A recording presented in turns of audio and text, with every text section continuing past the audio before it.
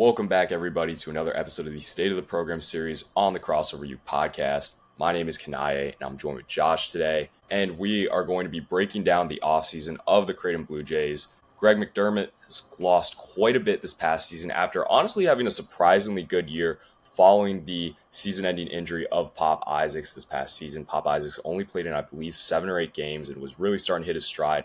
Before he got hurt, everyone thought Creighton was dead in the water, but he was able to figure things out. Stephen Ashworth, Ryan Kalkbrenner, 2 pillars of the program in the last 2 seasons, were really able to turn things around. They had guys like Jemiah Neal really emerge and play really well for them too. And they were ultimately able to surprise a lot of people and beat Louisville in the first round. A lot of people picked Creighton to get, I don't know if you call it an upset in 8-9 game, but I think a lot of people would kind of view Creighton in the national landscape at a higher level than Louisville, of course, with the way Louisville kind of struggled leading up to this past season. But overall, really solid year for McDermott.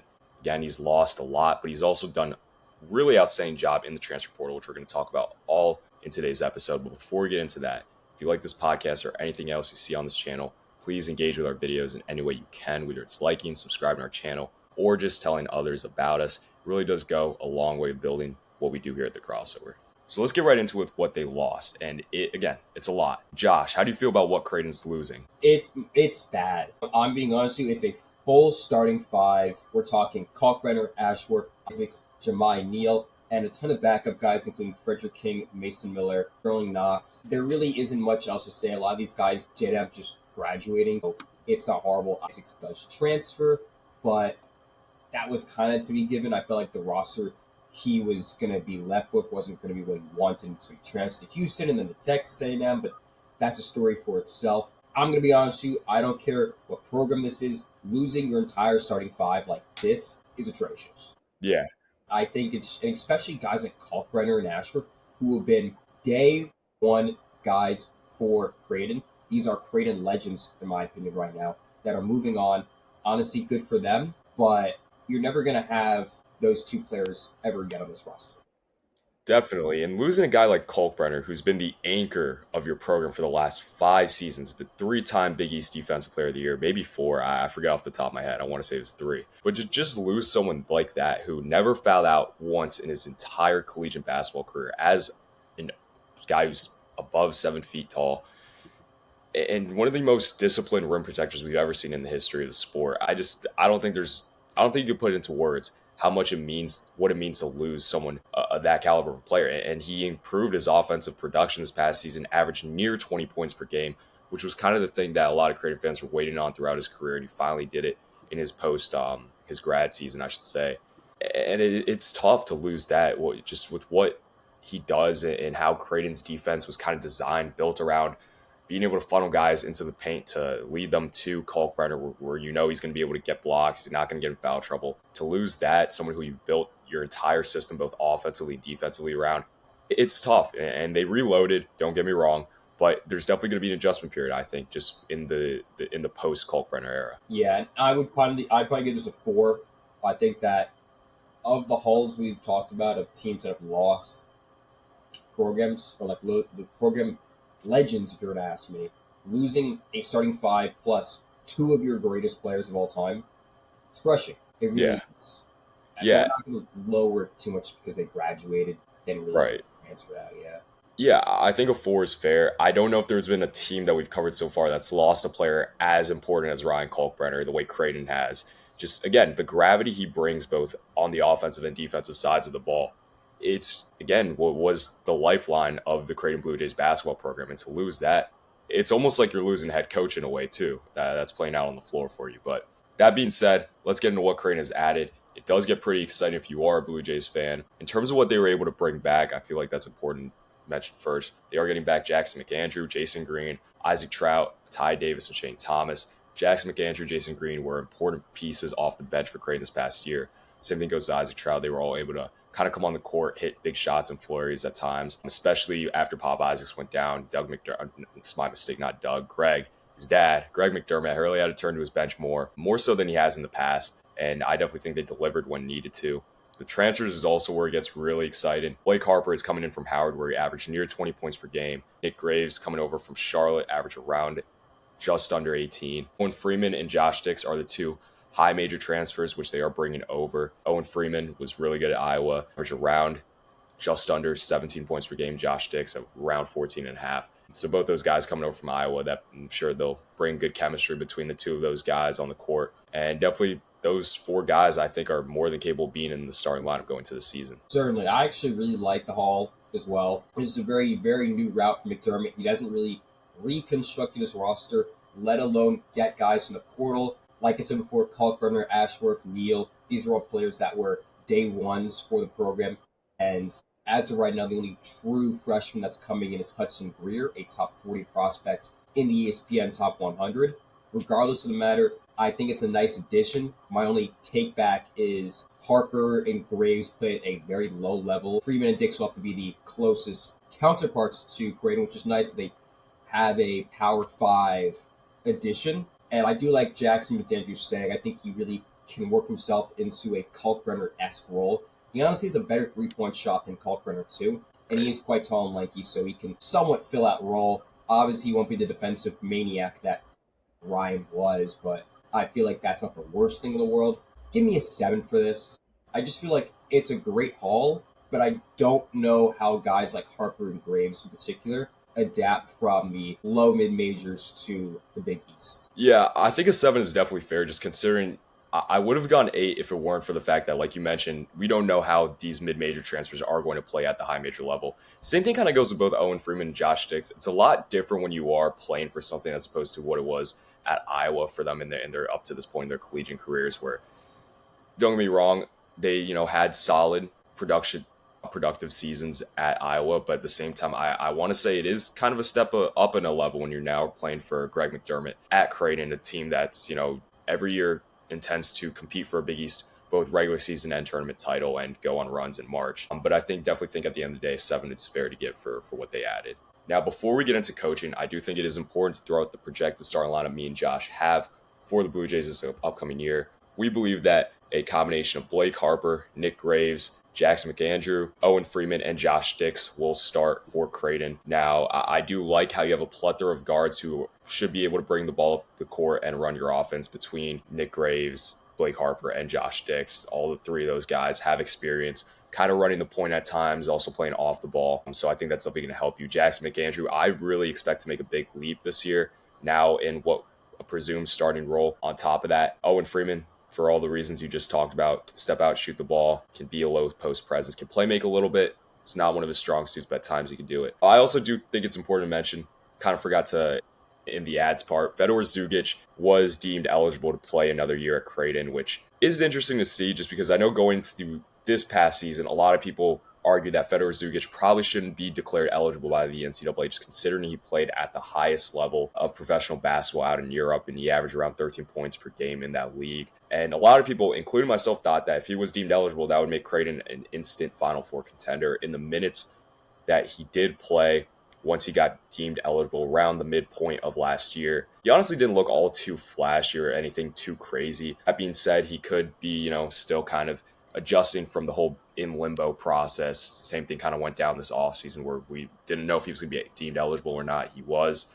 He has been practicing with Creighton. They've uploaded clips of him playing.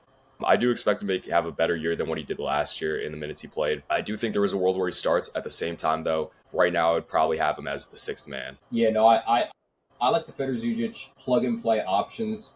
He is the X factor on this team. He could really be, like you said before, a Final Four power type of guy for this team. I'm really unsure because he really did not play a lot of time, and we don't know how he's going to fit into this roster considering how hard it was for him to stay at the program. We will see more time. That said, I think the roster we have right now is pretty consistent, and it's deep. I think off the bench can be guys like Zugic, Green, Austin Schwartz from Miami, Leah McKenzie, Hudson Greer, even the international prospect Alexa Dimitrovic, who's been well touted. I think that this roster can run up to 10 men deep like it did last year, which is something that McDermott does very well. Yeah, most definitely. This is a really, really deep basketball team, which Greg McDermott normally tends to have. This past year, they were quite deep. Year before, they had some good depth as well. Of course, they had the likes of Baylor Shireman still on the roster back then. Overall, I would probably say head to toe, this is probably the third best roster in the Big East going to the year. I definitely think their depth goes toe-to-toe with the likes of both St. John's and UConn, but I would definitely still have him a tier above. In terms of roster makeup, tier above the likes of Marquette, Georgetown, Providence, and so forth. You could go down the line there. So let's talk about Greg McDermott now. It's an interesting thing to talk about because I do think that last year was really, really important for Greg in terms of him kind of proving that he doesn't simply need the most talented guys to be able to go out and win.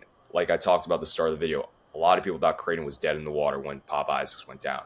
He was able to figure things out after a really tough 3-4 game stretch right after Pop Isaacs got hurt and really figure things out. He figured out lineups. He was able to develop Jemiah Neal to be a guy who could start and play really, really well for that program last year. And I got to say, outside of, some tough luck down the stretches of tight games in deep into the NCAA tournament, like against Tennessee 2 years back or against San Diego State the year prior, Creighton's honestly has a pretty solid track record in March with Greg McDermott as coach. And I'm honestly probably going to go 7 here. I actually like that a bit as well. I will say I kind of want to put it at 6, and I'm only taking a point off just because, like I mentioned before, McDermott has never had a roster change like this. The turnover is something that he hasn't done, and he hasn't dealt with the portal the way he's dealing with it right now. I trust him with keeping a roster deep and strong, but at the same time, he's never had a roster like this. That's true. Yeah, I can definitely hear you out there. It is going to be interesting to see how he kind of adapts to, again, like you talked about, not having the program guys like a Kalkbrenner or an Ashworth for a second year or third year, I should say, or having like a Baylor Shireman, which of course he lost 2 years back. But yeah, this is like completely different. It kind of is the way a lot of teams in college basketball are constructing rosters now, just primarily composed of transfers for the most part, which is what we're seeing here. I believe everyone in the starting lineup will be a transfer outside of Jackson McAndrew. And it's going to be interesting to see how he's able to keep those guys together and mesh on the court to be able to run his offense and what his schemes defensively. So I can definitely hear you out, how there might be a little bit of a roadblock there. So for that, I'm willing to go down to a 6. Okay. Now, the Big East. We've talked about it in the teams we've covered so far that are in the Big East on this series. The Big East, we think, is going to be a lot better than what it was this past season. And overall, I think it's a league that could end up being a 4-bid, 5-bid conference going into the NCAA tournament. I definitely view Creighton as, I would say, the 3rd best team going into the season in the Big East. And I do think that they are going to have to play the likes of both St. John's and UConn, which are going to be big-time matchups for them. UConn has a terrible track record going out to Omaha. They run the first game there in program history last season. Greg McDermott seems to just have Dan Hurley's number in a lot of their matchups. I think they're going to give St. John's a good run for their money, too, when they do play. But I definitely think the opportunity is there for them to drop a lot of games as well. I think Providence and Georgetown can be sneaky. Overall, the conference should be a lot better. It's still not one of the premier leagues in the country this year. But I would probably go around a 7 here. I think I did say the exact same. This team is squarely the 3rd best team. I feel like they cannot get jumped by a team like Marquette or Providence or Georgetown. But they're also not jumping UConn or St. John's. They're really in that middle tier, competitive, but they're not winning the Big East. This is not like the past 2 years where they felt competitive for most of the season. They might be at one point capable of taking down a UConn or St. John's, but it's not going to really mean that much in the long term.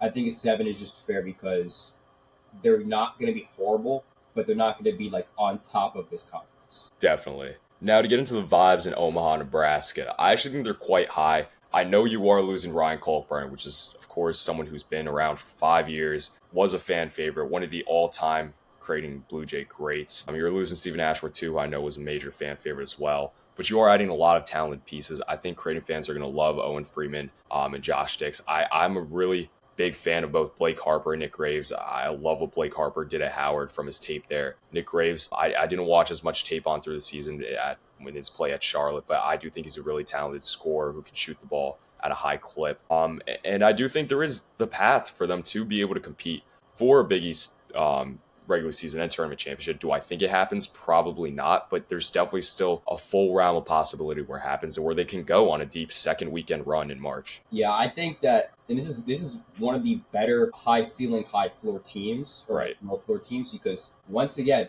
we have no clue how this roster shapes out. We have no clue how Greg McDermott transforms the Kalkbrenner and Ashworth years to make it the, Harper, Graves, Freeman, Dix years. We don't really know who's going to be that main ball handler. My expectation is Harper, but even then, that might be a little bit out there given his non-Power 5 experience. I'm a little bit more cautiously optimistic than you are. I kind of want to give this a 6 just because it hasn't happened before in Creighton's recent history.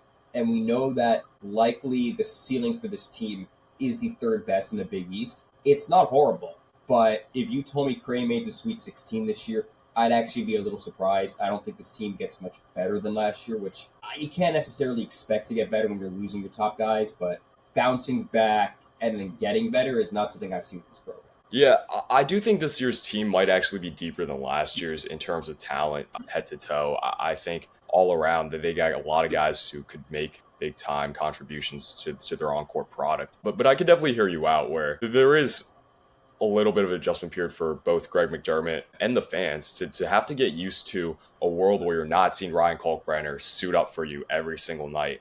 It's going to be tough. I think it's going to definitely loom in the minds of fans of how much they miss Ryan Kalkbrenner. I'm sure they're going to miss the rim protection, the blocks, and just the discipline he brought. And for that, I think, yeah, I could go 6 here too. Yeah, but I think, like I said before, there are so many opportunities. We have no clue how Zuchus performs. We have no clue how Harper and Graves are. There can be a crazy high ceiling where this team does act slightly more competitive than we're thinking and can go long. I don't expect this team to be, like I said before, a Big East competitor, but I'm not doubting on this team to be in the mix for the entire season. Yeah, most definitely. But I think that's going to take care of everything we had on the Creighton Blue Jays for the State of the Program episode today. As always, please engage our videos in any way you can. I'm quite excited to see how Creighton matches up in the Big East. Really excited for when UConn goes out to Omaha, when Creighton makes the trip to whether it's Hartford or Storrs. I'm sure those matchups in the Garden against St. John's will be good as well. Should be a really great Big East tournament this year. Super pumped for it. But again, that's going to take care of everything today. Until next episode, we'll see you all next time.